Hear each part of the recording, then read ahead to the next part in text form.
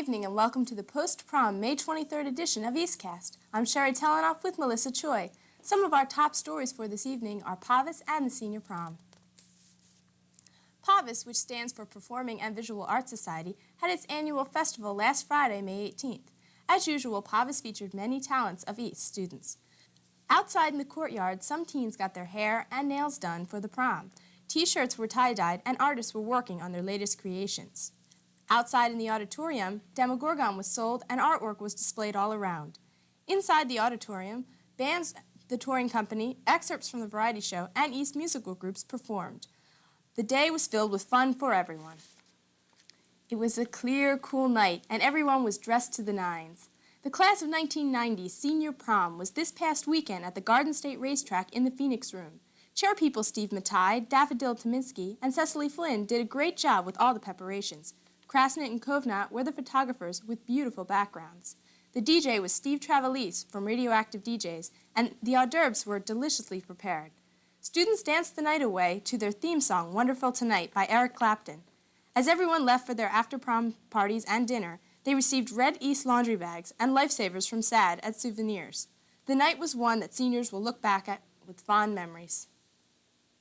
Last Friday, May 18th, the Spanish Club went to Casa Lupita to celebrate their end-of-the-year dinner party, complete with piñata. Members ordered various exciting Mexican dishes ranging from enchilada trio to the taco salad. Then they enjoyed ice cream and later broke the piñata. Everyone dove in different directions as assorted candies flew out of the broken piñata. Then drawings were held for several prizes, including a poster and a tape of The Little Mermaid. The Korean Club elected new officers for the 1990-91 school year on Thursday, May 17th. The new president is Junior Melissa Choi, the vice president is Junior Jenny Lee, secretary-treasurer is Hong Lee, and a sophomore, Bonnie Kim, is the new publicity manager. The new officers hope to plan new activities for the coming year. Elections were held on Wednesday, May 16th. After hearing the many interesting speeches and observing the colorful signs around the school, the student body elected their new class officers. The new senior class officers are as follows: Leah Del Rosario, President; Kelly Chan, Vice President; Michelle Pro, Secretary-Treasurer; and Jody Carpenter, Publicity Manager. The junior class officers are Jen Marinucci, Stacy Lichtman, Juan No, and Stephen Asbell. The new sophomore class will be headed by Lisa Schusterman, Tricia Relosa, Gail Horowitz, and Vinnie Malhotra. Congratulations to all. Okay. Melissa, are you the same Melissa Choi that is the president of the Korean Club? Why, as a matter of fact, yes. I thought so. And I hope I can do a good job next year. Well, congratulations, Thanks Melissa. a lot, Sherry. And speaking of elections, Sonali Patel had a chance to interview next year's senior class officers, Leah Del Rosario, Kelly Chan, Michelle Pro, and Jody Carpenter. Leah, you are officer freshman year. Do you think your senior year will be similar or different? Well, every year is different. Every year there's something new that goes on, and then there's the rejuvenation of old things. But I think senior year is going to be different in the fact that it's going to be better than the past 3 years.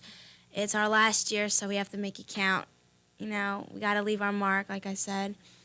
And it's going to be different. It's going to be better. That's good. Kelly, what are your plans for senior year?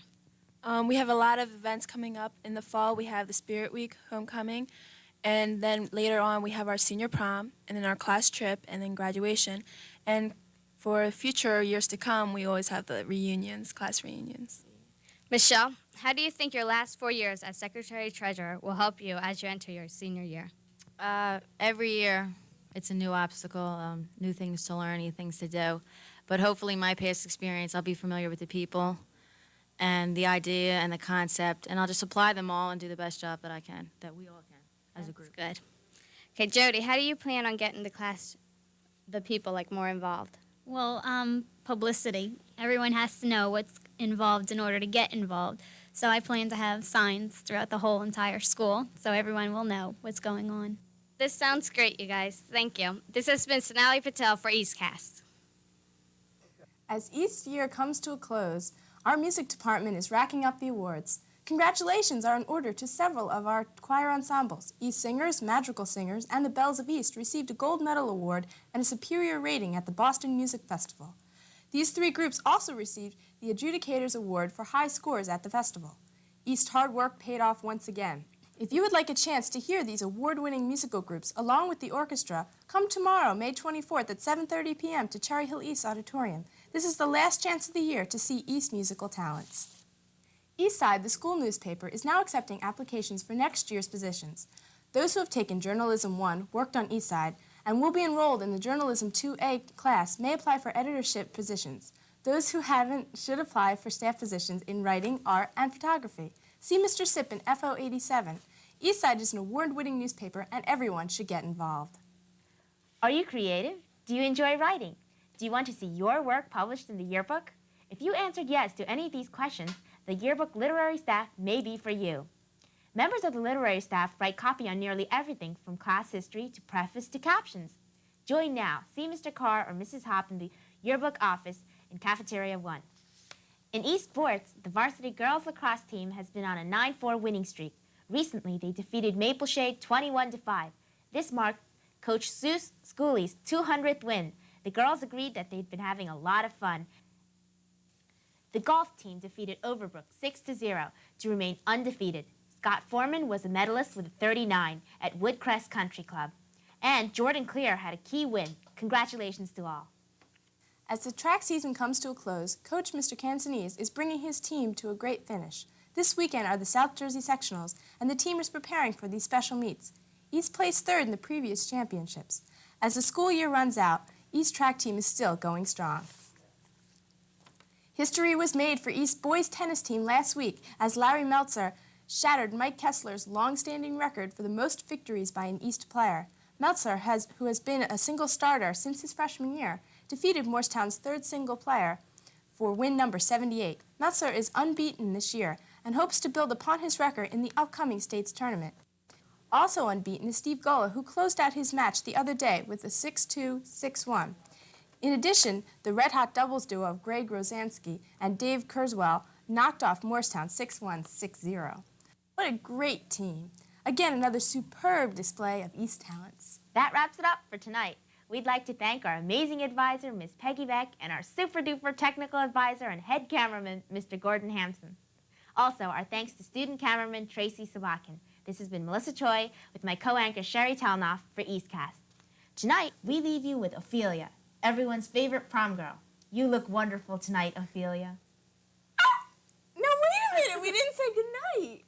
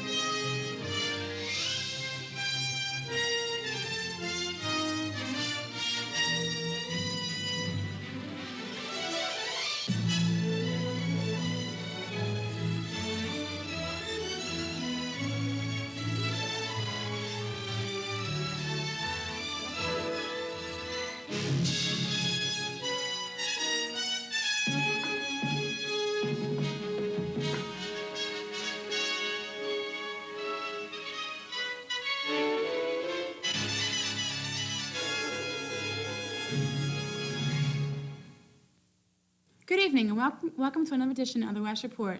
I'm Dina Romeo, and tonight we'll have the highlights of the one-act plays that were held this past Friday night. And I'm Ben Ostroff, and tonight we'll take a special look into the West baseball team as they enter the Group 4 State Championship Tournament. And I'm Patrick Dunn. Once again, the time for class and student government elections has arrived. This year, a total of 12 slates ran for the government positions. From May 2nd to May 18th, students heard speeches presented by each slate over the morning announcements. After hearing the speeches, students voted this past Monday. The new governor and lieutenant governor for the class of 1993 are Tom Estelo and Jen Dallow. For the class of 1992, Adam Goldberg and Scott Greenbaum. For the class of 1991, Shauna Myers and Shelley Gears. And for SGO, the new vice president and president are Drew Golan and Tony Gross. We would like to congratulate all these students on their new government positions. Last March, the West English Department organized the second writing contest of the year. The students were encouraged to write an essay or a poem about being walled inside. Placing for Division 1 were First place, Stacy Zimble. Second place, Jordana Kaplan. And third place, Michael Diamonds. For Division 2, first place goes to Amy DeSanto. For Division 3, first place, Drew Rabin. Second place, Liz Doyle. And a tie for third place between Daniel Foley and Melissa Connell. For Division 4, Michelle Supio placed first. For Division 5, first place, Sarah Seliger. Second place, Becky Traina. And third place, Sherry Scalar. For Division 6, Robin DeCunzo took first place. For Division 7, a tie for first place between Amber Strauss and Sima Park. For second place, Amy Lyons. And third place, Eva Milstein. And for Division 8, English as a Second Language, a tie for first place was between Alyssa Kwan and Estella Choi. Second place, Monica Chang, and a tie for third place between Stephen Rhee and Victoria Young. Congratulations go to all. Dina? Side elections were also held this past week, and the following new officers were elected. President Shauna Myers, Vice President Art Tessiro, Secretary Gina Sierra, Treasurer Peter Welding, Reporter Bronwyn Glansberg, and Creative Advisor Brandy Jericho. So to come for SAD is a banquet on May 30th being held at the Holiday Inn for old and new officers. The cost is $15, and tomorrow is the last day for money. And don't forget to purchase your one-of-a-kind SAD water bottle for only $3. See any SAD officer for details. Yesterday, Mr. Munyon's everyday law class went on a trip to Riverfront Prison in Camden. This will be their third visit to the prison. The students experience prison life firsthand and certain aspects of the prison. Mr. Munyon hoped the students will feel the loneliness and deprivation there. We'll have more details about the trip on next week's West Report when we talk to one of the students who went with Mr. Munyon on the trip. The junior class is planning a 5K run walk-a-thon. This will take place on June 2nd at 1 p.m. after the SATs on the football field. This event is sponsored by local companies, and proceeds go to support Family Focus of Cherry Hill. There will be prizes for winners and refreshments from classes and local food services. The grand prize winner will receive a new 10-speed bike. Any participant who is able to raise $50 or more will receive a prize, and the additional top 5 money raisers will also receive prizes. For more details, see the junior class government during homeroom in F10 or F11. The one-act plays were held this past Friday night in the auditorium from 7 to 11:30 p.m. The winning class was the seniors, then followed by the freshmen, juniors, and sophomores. Winners included for Best Actress, Abby Green, Best Actor, John Roberts, Best Supporting Actress, Karen Slavik, Best Supporting Actor, David Hanman. Awards also went to Best Director, Lauren Malotsky, Best Set Design, Richard Rogers, and Best Lighting, John Colby. There were 5 judges, of whom who had professional experience in acting and drama. Well, Ben, it's playoff time, isn't it? Yes, Dean, it is, and West teams continued their winning ways, not only in the playoffs but also in the regular season. And now West features 2 teams as division champions, the baseball team in the Olympic American Division and the lacrosse team in the Mohawk Division. We start off with baseball this week, where the Lions had a 3-0 week. First, they beat Highland 4-2. Steve Farling got the win, and Josh Weinstein hit the game-winning RBI, scoring Paul McConneville. The Lions went on to the Group 4 state championship tournament, where they first played the Jackson Memorial Township. West was seeded first, and Jackson Memorial Township was seeded 8th. West went on to win 11-0. Sean Sr. got the win, raising his record to 9-0. Sean is also among the league leaders in home runs with 4. Steve Farling relieved that game with 3 shutout innings. Tune in to the West Report next week for complete coverage in the state tournament championship. West also this week beat Lenape 10-2 to cap off the perfect week. Bo Gray got the win. The Lions finish off this week number 1 in South Jersey in both the Inquirer and the Carrier Post. They now feature a 17-1 record. The lacrosse team beat Collingswood 9-5 to raise their record to 9-5 and win the division. The tennis team lost to Shawnee 3-2, but Vlad Uchenik and Steve Wilder both won matches for the team. The softball team had an 0-2 week. They were blown away by Highland, a 10-0 shutout. The Lady Lions then lost a close one to Sid and Minson. Lynn Elias hit a double, but it wasn't enough to win, as they lost 4-3. The team was honored, though, as freshman Nicole Feliciano was named the Inquirer Player of the Week. The team's record now stands at 4-0. Cherry Hill West golf teams won its first match of the season yesterday with a 4-2 win over Overbrook High School. Leading the team was Fred Lombardo with a 1-under par 35 at Merchantville Country Club. Other winners were Steve Schreiber, Philip Running, and Jim Gannon. In track, Ken Bowser repeated as Olympic Conference champion in the pole vault last Thursday, and joining him was Bill Addison, who placed first in the Olympic American division in the 400-meter hurdles. Ken continued his consistent ways with a pole vault of 13 feet, while Bill bettered his hurdle time to 57.7 seconds. On winning the overall Olympic Conference pole vaulting championship for the second year in a row. What other titles do you hold?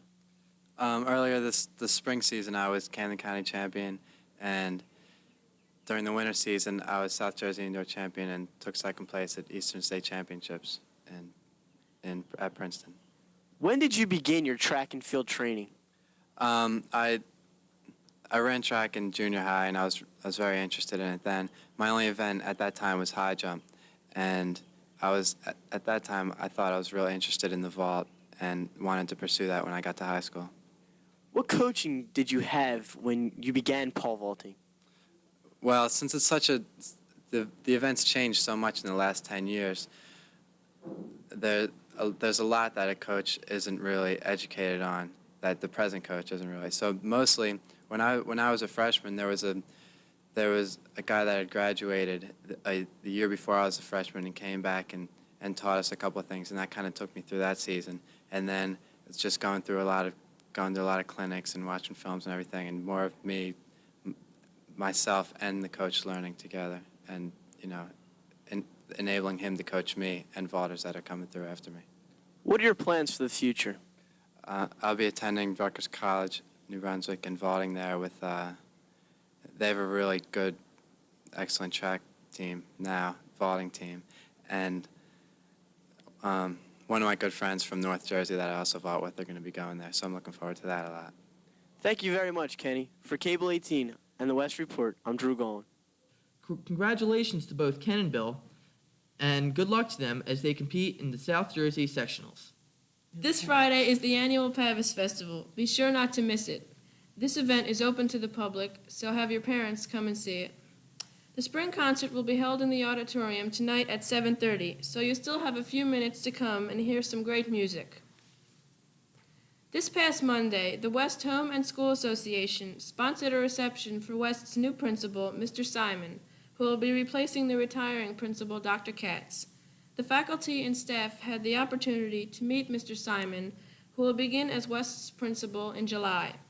On upcoming West Reports, we will be talking with Dr. Katz and retiring assistant principal, Mr. Jordan.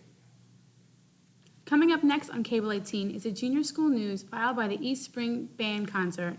Special thanks go to student producer Bob Spaltini and camera operator Mr. Hawes. On behalf of the entire news team, thank you for watching. Good night.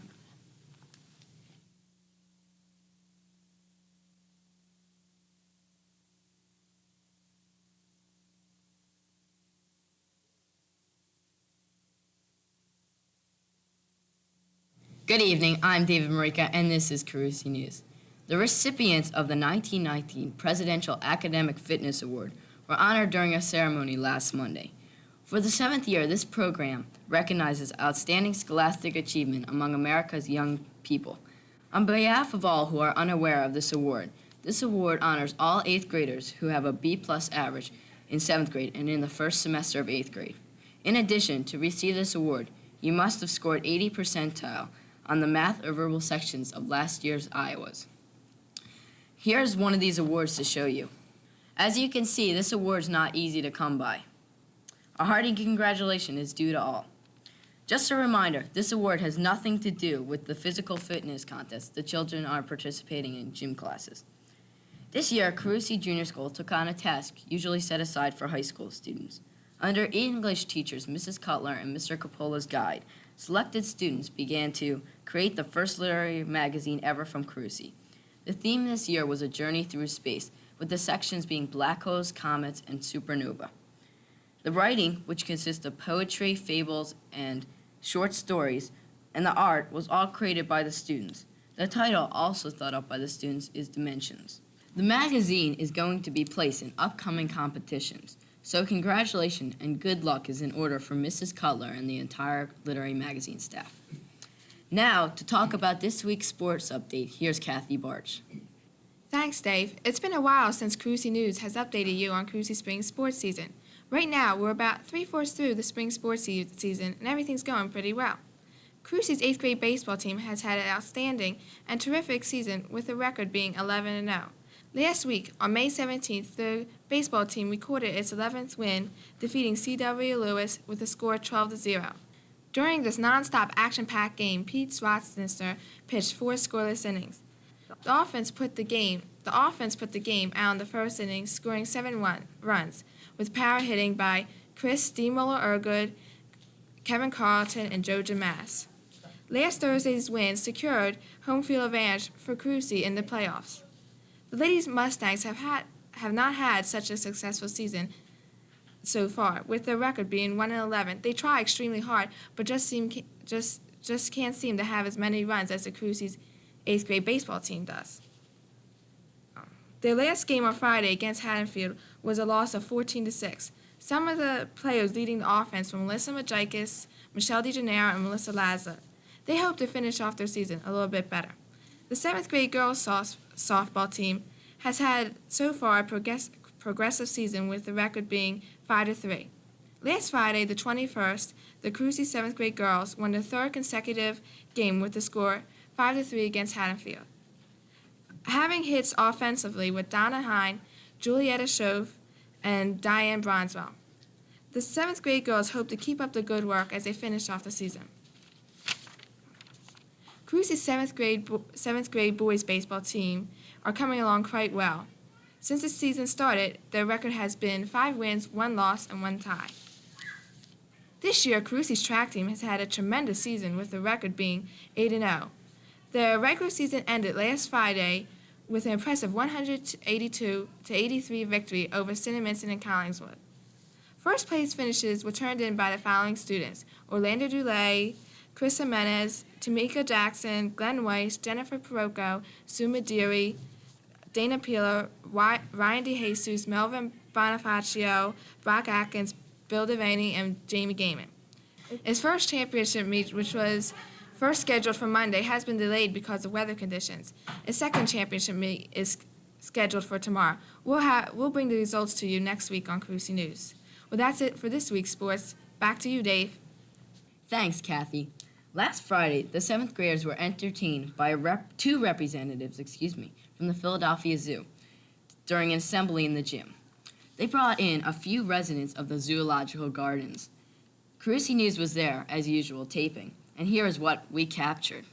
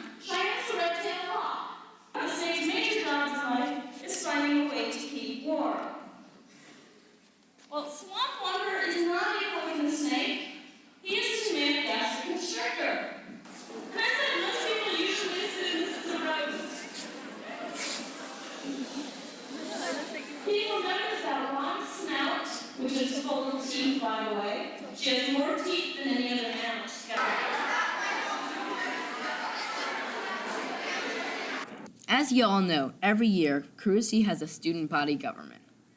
After everyone who wanted to run signed up, the primaries were held last Thursday, May 17th. At this time, students voted for who they thought would do a good job in their specific positions. To pass the primaries, a student must have the teacher's recommendation and receive 40 or more votes, or get in the top 3 on the ballot. By this time, the winners of the primaries have been notified. For president, there is Krista Schmidt, Darren Audino, Donna Hine, and Jill Jimarakowicz. Going for vice president are Miraj Mohyuddin, who's trying to follow in his brother, Majid's footsteps, Zach Schmidt, brother of Krista, a surely strong tandem, and Louis Dare. Atop the ballots for treasurer were Amy Moore, Michelle Furman, and Kathleen Nanny. A tough choice there. And in a close contest for secretary are Tamika Jackson, Nathan McCabe, Karen Potter, Samantha Palmer, and Jennifer Albright. Today, the candidates began campaigning for office, and tomorrow, the candidates will take part in the most critical part of the campaign. They will be making their make it or break it speeches. Following the speeches will be elections, and by the end of the day, our new student government will be known. Carusi News will have the updates next week. Good luck to all in their fight for student government positions. Well, that's it for this week's edition of Carusi News. Don't forget to join us next week. So for Kathy and the entire Carusi News staff, I'm David Marika saying good night.